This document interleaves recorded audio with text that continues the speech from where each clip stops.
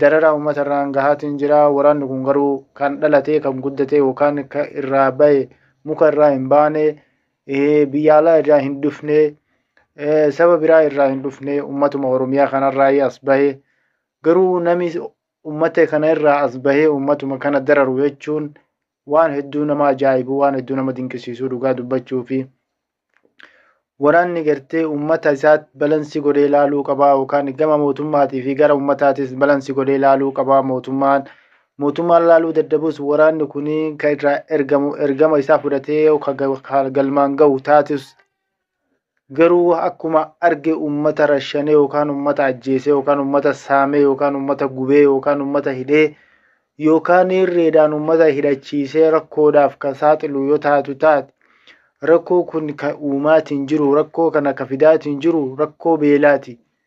Rakkoon beelaa kun dhugaa dubbachuu fi ilmi namaa gaafa beela'ee haadha isaati ajjeesaa yookaan obboleessa isaa ajjeesaa yookaan jiraachuu ofiitiif jecha yookaan mallaqa garaa ofiitiif jecha uummata isaa fixaatiin jira.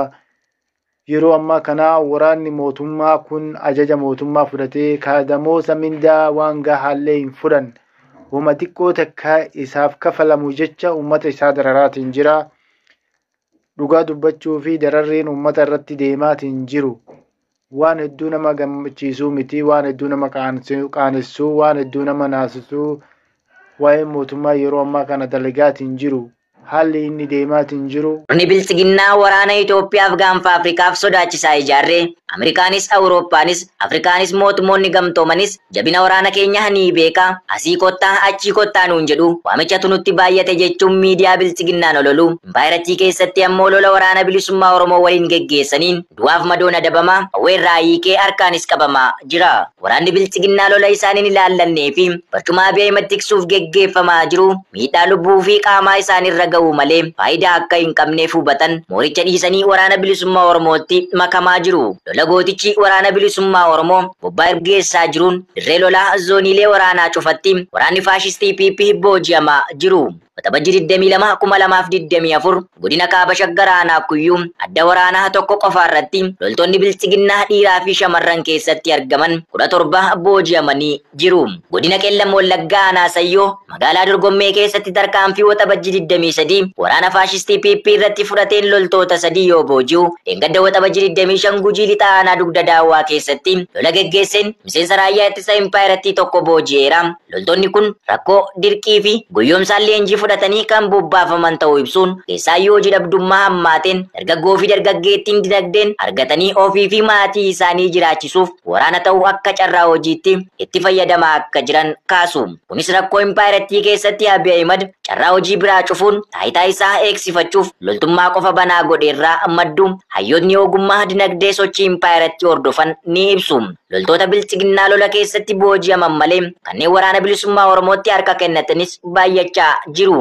Akka kanaanis Aanaa Coobii keessatti loltoonni 7 qawwee fi hidhannoon godina Lixa Shaggar Aanaa Coobii mooraa Gaba Sanbataa fi Diggoorraa Wobootti harka kennataniiru. Kana malees waxabajjii 26 achuma godina Lixa Shaggar Aanaa Amboo keessatti loltoonni bilchiginnaa 2 qawwee fi hidhannoo waliin waraana bilisummaa Oromootti harka kennatanii jiru. Qondaalli waraana Abiy Ahmed booji'amaa fi ergamaa TPLF kan ture Biraanuu Juulaa waraanni bilisummaa Oromoo humna loluu hin qabu balleessineerraa biyyaa baaniiru harka kennachaa jiruu fi funaanaa jira jechuun sobaan ololus woboon akeekaa fi kaayyoo mataa isaan lolu tarkaanfii waraana faashistii PP irratti fudhachuun yeroo ajjeesu madeessuu booji'uu irraa hiikuu mooraa isaanii barbadeessuu fi qondaala isaanii dhabamsiisuu argisiisaa jiraachuun ni beekama. Garaanaan borra miseensonni raayyaattis impaayiratii sadi sirnichi ganuun gootichi waraana bilisummaa Oromoo harka kennatan jaalni keessatti waggoota jaarra darbee waraana bilisummaa Oromoo fi humnoota bilchiginnaa waliin taasifamaa jiruun dhiibbaa dinagdee fi humna namaan kufaatirra kan ga'e moonan PP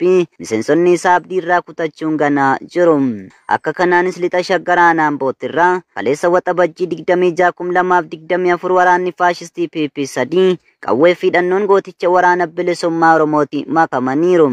Loltoonni kunneenis meeshaa qaama 3 rasaasa akkama 270 fi hidhannoo mooraa biltsiginnaa keessa baasuun dantaa qabsoo bilisummaa Oromoof oolchaniiru. Yeroo itti waraanni bilisummaa Oromoo seerota idil addunyaa eeguun booji'amtoota raayyaa ittisa impaareetii dhiifaman gadhiisaa jirutti yakkoonni gara jabummaa sirni biltsiginnaa uummata nagaa irratti guyyaa guyyaan taasisaa jiru kan isaan quuqe sabboontonni ilmaan Oromoos mooraa cubbuu sirnichaa ganuun wobootti akka dabalaman himan. Akka miseensonni raayyaa ittisa impaareetii mooraa sirnichaa ganuun dhufan himanitti gareen faashistii PP bu'aa siyaasaa argachuuf jecha diraamaa ololaa dalagee maqaa balleessii irraa tolfachuun Oromoo duguuggaaf kaayyeffatee hojjechaa jira jechuun himan. Miseensonni raayyaa ittisa impaareetii kunneen lixa shaggar aanaa Amboo irraa gara gandoota baadiyyaatti sochii taasisaa jirruun hawaasa nagaa miidhaa turre badiin hawaasni dalage waan hin jirreef hawaasa nagaa ajjeesuun nurraa hin eegamu jennee sadi taanee wobootti dabalamnes jechuun dubbataniiru. Godina Arsii Bahaa Sirkaa keessa manneen hawaasaa 13 gubachuun dhaga'ame.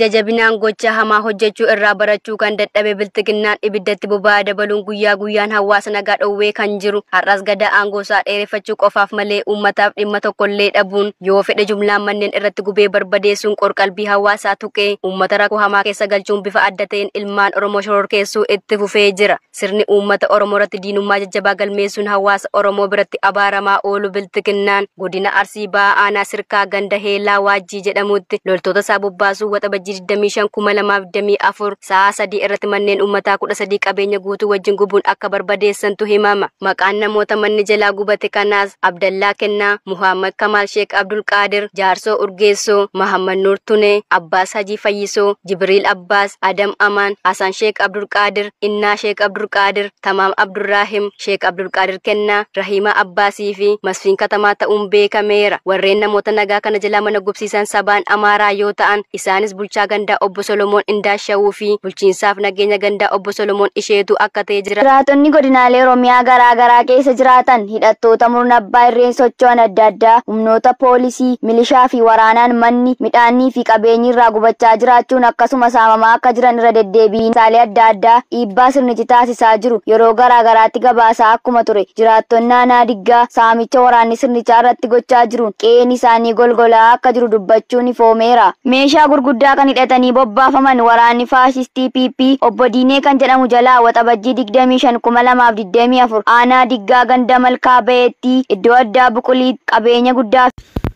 Ashama harka fuune kabajamtootaa fi jaalatamtoota keenya uummata yeroo ammaa kana waa'ee Oromiyaa keessatti deemaatiin jiru humni waraana mootummaa uummata nagaatiin kaan ajjeesaatiin kaan mana hidhaatti guuraa kaan irreen hidhachiisaatiin jira. Yeroo ammaa kana hedduu miidhaan uummata irraan gahaatiin jira, rakkoon uummata mudataati jira.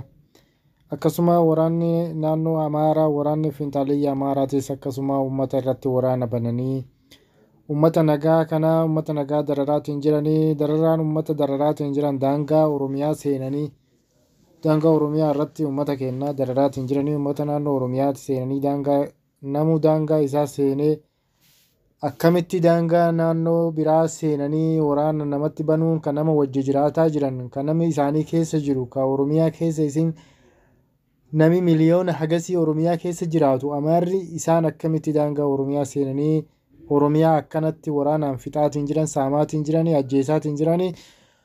Kabajamtootaa fi jaalatamtoota keenya wanni kun hedduu ka gaafii namatti ta'uu uummata Oromoo yoo nama ka qalbii gartee keessatti ka waa hubatu taate jiru ammaa kana waraanni Finxaaliyyaa Amaaraa naannoo Oromiyaa seenanii uummata keenya nagahaa fixaatiin jiran isaan ammoo uummata keenya keessa nagahaan ta'anii jiraataatiin nyaachaatiin saamaatiin jiraatan kun waliin deemuu hin taatu uummanni Oromoo maaliif callisee waan kana qeerroon Oromiyaa maaliif calliftii laalti ka jedhu gaafii keessa gaafii namatti ta'uu danda'a. Yaa uummata kiyyaa agartuu isaan keessallee nami naga barbaadu ni jira haa ta'uuti garuu oon waraabessaa garaa jalaa walitti qaayiti jedhanii akkasuma isaan kun lafa jalaa waliif dalagutti jiranii dalagaan isaan waliif dalagu jiran uummata keenya irratti miidhaa ta'aatiin jira jireenya uummata keenyaa irra hin jirtu uummata keenyaa goggoysaatiin jiranii uummata keenyaa ajjeesaa jiranii saamaatiin jiranii gubaatiin jiranii waan hin taane nu godhaatiin jiranii lafa keenya irra taa'anii lafa keenya irratti nyaatanii dhuganii quufanii mataan umurutti jiranii. Kabajamtootaa fi jaalatamtoota keenya Oromiyaa keessatti wanni kun maaliif callifamtee laallamtii Fiinxaaliin Amaaraa faannoon gartee haga faannoo akkasuma humna waraana naannoo Amaaraa sun humni liyyuu hayiliin Amaaraa sunis faannoo wajji dalagutti jirti. Akkasuma Amaarri guutuun guututti dhibbaan dhibbatti Oromiyaa irratti dalagaatiin jira malee Oromiyaaf dalagaatti hin jiru. Dhugaa yoo dubbanne yeroo ammaa kana wanni isaan irratti malataa jiran, wanni isaan irratti hayyoota isaanii waliin haasa'aatiin jiran kaayoon isaan qaban Oromiyaa saamuu yoo taate, Oromiyaa ajjeesanii lafarraa fudhachuu yoo taate, karoorri isaanii kana isiniin jaa kabajamtootaa fi jaalatamtoota keenyaa. Yeroo ammaa kana humni waraanaa mootummaa gartee uummata Amaaraa kana Oromiyaa irraa deebisuu dadhabeetiin jira. Oromiyaa keessatti warri daangaa Oromiyaa seenanii gartee uummata keenya saamaa ajjeesaatiin jirani.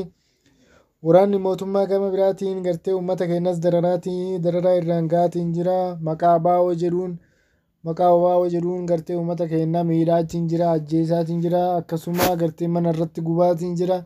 Kan mana hidhaa galchee gartee mana hidhaa keessatti gartee achi gabbaasee ajjeesaatiin jira. Kan gartee irreen gara waraanaatti akka seenanii hidhatan goosisaatiin jira. Yeroo ammaa kana nami beelaafis saaxilameetiin jira.